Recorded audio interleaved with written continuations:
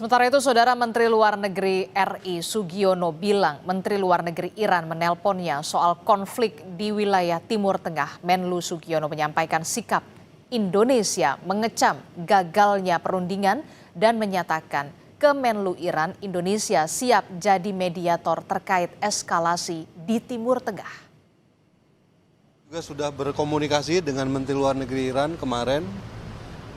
Beliau menelpon saya, kemudian menjelaskan posisi Iran. Tentu saja kami menyampaikan juga sikap Indonesia bahwa kita menyesalkan perundingan yang terjadi kemudian gagal, yang berakibat pada terjadinya eskalasi. Kemudian kita juga menekankan lagi prinsip-prinsip penghormatan kita terhadap integritas wilayah, terhadap kedaulatan wilayah suatu negara. Kemudian kita juga menekankan kembali pentingnya untuk kembali ke meja perundingan, dan juga yang pasti kami menyampaikan lagi keinginan dari Bapak Presiden untuk menjadi mediator dalam upaya mendinginkan dan menurunkan eskalasi di wilayah tersebut. Dan ini merupakan pandangan-pandangan yang juga beliau terima. Saya juga menyampaikan concern dari rekan-rekan kita yang ada di negara-negara Teluk terhadap serangan yang mereka dapatkan di wilayah-wilayah mereka. Usai serangan Amerika Serikat Israel ke Iran, kredibilitas dan efektivitas Board of Peace dipertanyakan. Apalagi salah satu yang terlibat dalam serangan militer ke Iran adalah Amerika Serikat, yang juga merupakan salah satu aktor utama pembentukan BOP. Lalu bagaimana seharusnya Indonesia yang juga anggota Board of Peace menyikapi hal ini? Sejauh mana pula Indonesia bisa menengahi konflik di Timur Tengah? Mengingat Indonesia dikenal dunia berprinsip politik luar negeri yang bebas aktif. Kita bahas bersama dengan dosen dan Ketua Departemen Ilmu Hubungan Internasional UGM, Ibu Ririn Tri Nurhayati melalui sambungan daring. Selamat pagi Bu Ririn, Assalamualaikum. Selamat pagi Mbak Adisti, Waalaikumsalam warahmatullahi wabarakatuh. Iya, kalau kita lihat kan serangan terus dilakukan, aksi balas serang terus dilakukan Amerika Serikat, Israel, Iran dan juga sebaliknya. Apa yang kemudian bisa dilakukan oleh Indonesia yang kita tahu juga tergabung dalam Board of Peace, Bu Ririn? Baik, terima kasih Mbak Adisti. Baik, mungkin pertama saya ingin menyampaikan bahwa serangan Israel dan Amerika Serikat kepada Iran hari Sabtu lalu di tengah proses negosiasi nuklir Iran dan AS yang hampir tuntas, ini merupakan tindakan yang tidak dapat dibenarkan. Tidak dapat dipastikan kapan perang akan berakhir, namun yang jelas dampak kemanusiaan dan juga krisis di Timur Tengah akan semakin parah. Kemudian yang saya lihat Iran ini menjadi korban baru unilateralisme brutal dari negara superpower dan pelanggaran hukum internasional.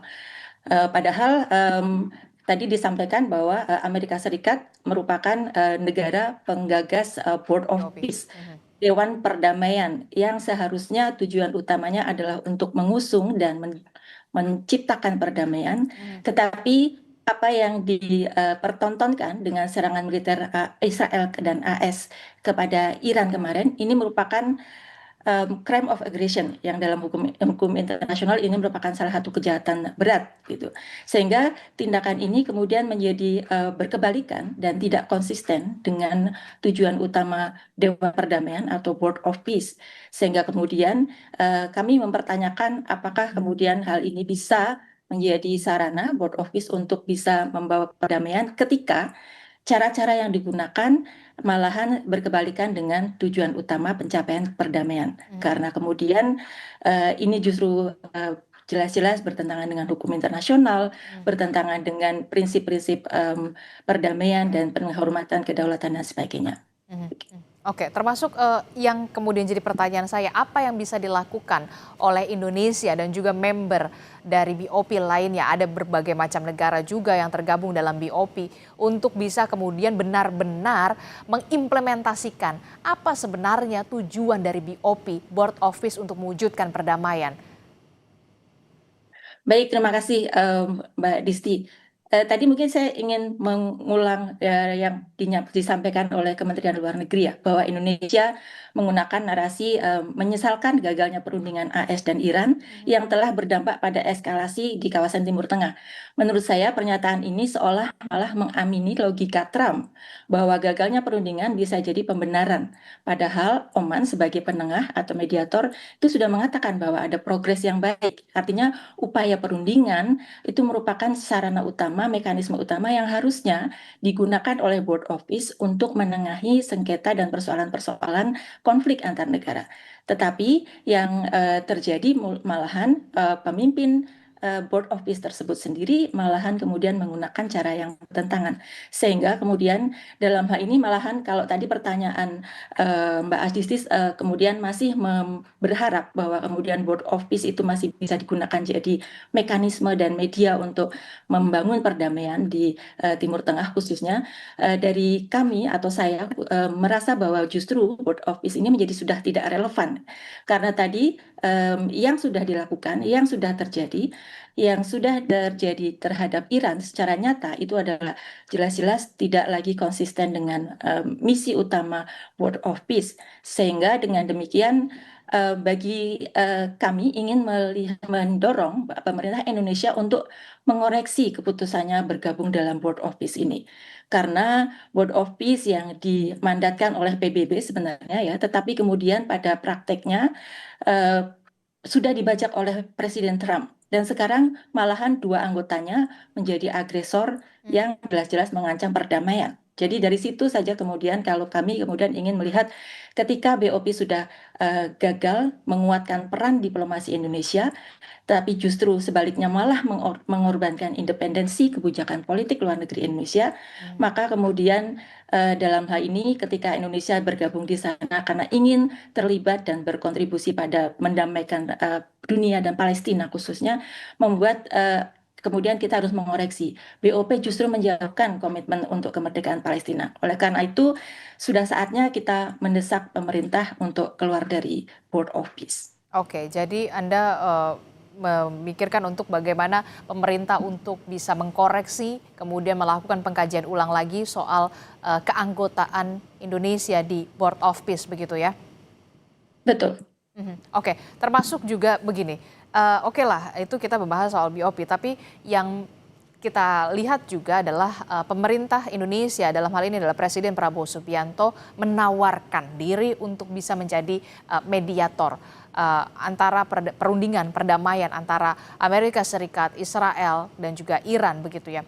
Nah, seberapa potensialkah kemudian ini bisa terwujud begitu untuk pemerintahan Indonesia, negara Indonesia untuk bisa menjadi mediator kalau menurut Anda? Terima kasih Mbak Adisti. Ya, betul bahwa Indonesia memang memiliki sejarah dan juga diakui sebagai mediator di beberapa konflik internasional, konflik di Kamboja, kemudian juga bagaimana kita bisa menyelesaikan persoalan dengan East Timor, kemudian juga bagaimana dengan Aceh dan sebagainya. Tetapi mungkin kita untuk situasi yang sekarang kita harus secara kritis merefleksikan apa sekarang kita ada di mana. Karena kemudian dengan saat ini kita berada di BOP membuat independensi Indonesia itu sudah tergerus begitu. Kemudian karena keberadaan kita dalam BOP membuat kita dalam situasi sulit. Alih-alih kita konsisten dengan semangat kita untuk perdamaian, kemudian menghormati hukum internasional dan sebagainya, kemudian sebagai pihak yang netral, kalau kemudian ingin menjadi mediator harusnya kita bisa menjadi pihak yang netral dan dapat diterima oleh kedua belah pihak. Namun sekarang situasinya, apakah kemudian Amerika Serikat sebagai superpower yang saat ini sedang menginginkan untuk mengganti rezim di Iran dan kemudian ingin mengukuhkan dominasinya di Timur Tengah, apakah kemudian mau mendengarkan inisiatif dari Indonesia yang dalam hal ini kita masih harus akui bahwa Indonesia posisinya adalah middle power. Kemudian kemarin inisiasi yang sudah dilakukan oleh Oman, negara yang dengan kita bisa melihat Oman bisa diterima oleh kedua pihak. Tapi kemudian kenyataannya justru yang terjadi Amerika Serikat mengambil sikap tersendiri, meninggalkan perundingan tersebut, malahan mengambil sikap yang sama sekali di luar dugaan dengan menyerang Iran, begitu. Jadi poin tersebut yang perlu dipertimbangkan kembali oleh pemerintah untuk melihat realistiskah tawaran kita dan seberapa resources yang kita miliki. Terima kasih.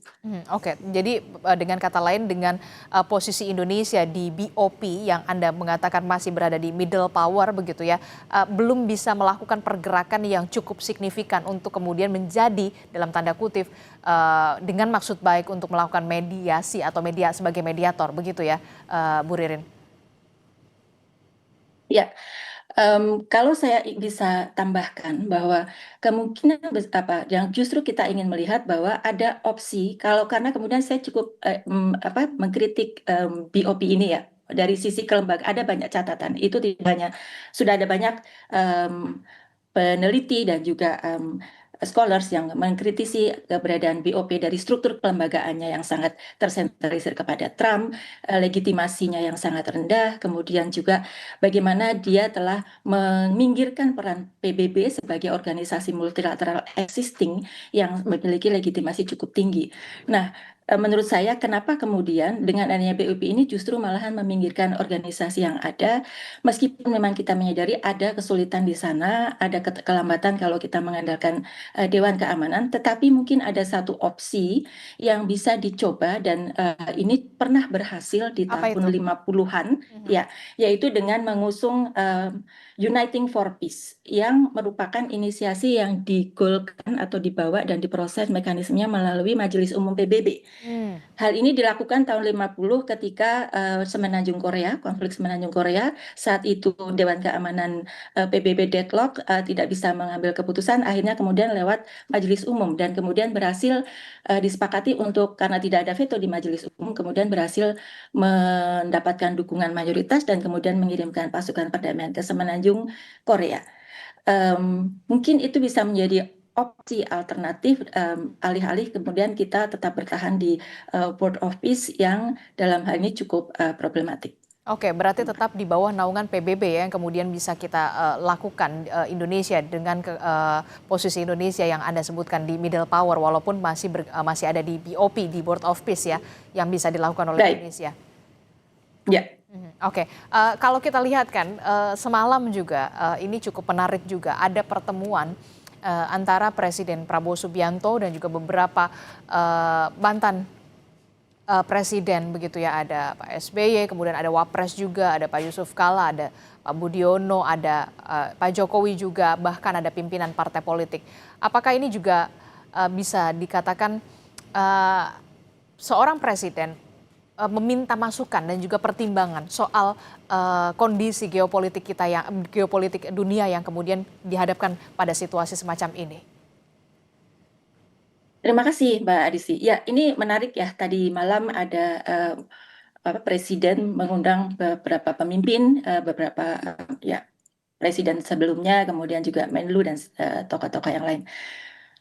Baik, saya mengapresiasi hal itu, tetapi kemudian ini juga sebenarnya terjadi juga sebelumnya ketika Indonesia tiba-tiba menandatangani Board of Peace, kemudian di internal kita kemudian banyak gejolak, ribut-ribut. Gitu. Akhirnya kemudian Presiden juga mengundang mantan Menteri Luar Negeri dan sebagainya. Tetapi dari berita yang saya sampaikan dan dari kemudian mengamati perkembangan, sepertinya yang terjadi lebih pada Presiden memberikan briefing kepada tokoh-tokoh yang diundang. Tetapi kami tidak bisa mengkonfirmasi seberapa besar masukan atau kemudian ketika memberi kesempatan kepada tokoh-tokoh yang diundang tersebut, kemudian mereka memberikan pendapat dan masukan. Seberapa besar kemudian masukan yang didapatkan dari forum tersebut akan menjadi basis bagi pembuatan keputusan oleh Presiden, di mana dengan mengamati beberapa kecenderungan selama ini, sepertinya proses pembuatan politik luar negeri Indonesia di pemerintahan yang baru ini agak menurut kami menilai kurang ada deliberasi publik, kurang banyak melibatkan deliberasi atau masukan dari publik untuk kemudian lebih seringkali adalah lebih pada personalisasi kebijakan luar negeri oleh Presiden, yang hal ini kemudian kami melihatnya ini menjadi sesuatu kebijakan yang harusnya bisa diputuskan dengan lebih prudent dan lebih berhati-hati. Terima Oke, kasih. terakhir Bu Ririn, 3 poin krusial posisi Indonesia di mata dunia terkait dengan serangan balasan dan juga aksi saling balas dan juga serang antara Amerika Serikat Israel kepada Iran dan juga sebaliknya. 3 poin krusial termasuk juga dampak yang akan terjadi ke Indonesia, termasuk juga diplomasi yang kemudian bisa dilakukan oleh Indonesia. Baik, yang pertama mungkin saya ingin pertama adalah Indonesia harus memberikan sikap yang lebih tegas dalam menyikapi konflik yang sekarang berkembang, tidak sekedar menyesalkan dan kemudian mengikuti narasi dari em, kedua agresor, tapi justru memiliki positioning yang lebih tegas untuk mengatakan, mengutuk dan kemudian menjadi koreksi Indonesia tentang kebijakan luar negerinya. Yang kedua adalah tadi ketika keberadaan Indonesia dalam BOP justru menyebabkan Indonesia kesulitan untuk tidak konsisten dengan nilai prinsip bebas aktif, dengan amanah konstitusi untuk menjaga perdamaian dan ketertiban dunia, maka kemudian sudah saatnya dengan situasi yang sekarang Indonesia mengoreksi kebijakan luar negerinya untuk berani keluar dari Board of Peace. Dan yang ketiga, kemudian dengan menggunakan opsi yang lain, di mana kemudian tetap mempertahankan atau tetap memperkuat mekanisme yang ada di PBB dengan menggalang kolaborasi dengan negara-negara selatan yang dalam hal ini sebenarnya tadi yang saya sebutkan sebagai Uniting for Peace sudah pernah digagas oleh negara Kolombia yang tahun September 2025 Kolombia sudah menggagas adanya Uniting for Peace dan kemudian bersama didukung oleh 30 negara lainnya yang merupakan negara-negara selatan dengan grup yang disebut dengan The Hague Group. Nah, mengapa Indonesia tidak memanfaatkan itu yang lebih konsisten dengan prinsip Dasar-Sila Bandung, lebih konsisten dengan amanah konstitusi, dan juga lebih konsisten dengan prinsip politik luar negeri bebas aktif. Itu, Mbak Oke, Adisti, baik, terima terima kasih. kasih untuk paparannya dan juga apa ya bisa dikatakan perspektifnya terkait dengan bagaimana aksi saling balas serang Amerika Serikat, Israel dan juga Iran dan juga posisi Indonesia di mata dunia. Terima kasih dosen Ketua Departemen Ilmu Hubungan Internasional dari Universitas Gadjah Mada, Ibu Ririn Tri Nurhayati telah bergabung bersama kami. Sehat selalu Bu Ririn. Assalamualaikum. Selamat pagi. Waalaikumsalam warahmatullahi. Terima kasih kembali. Saudara, kita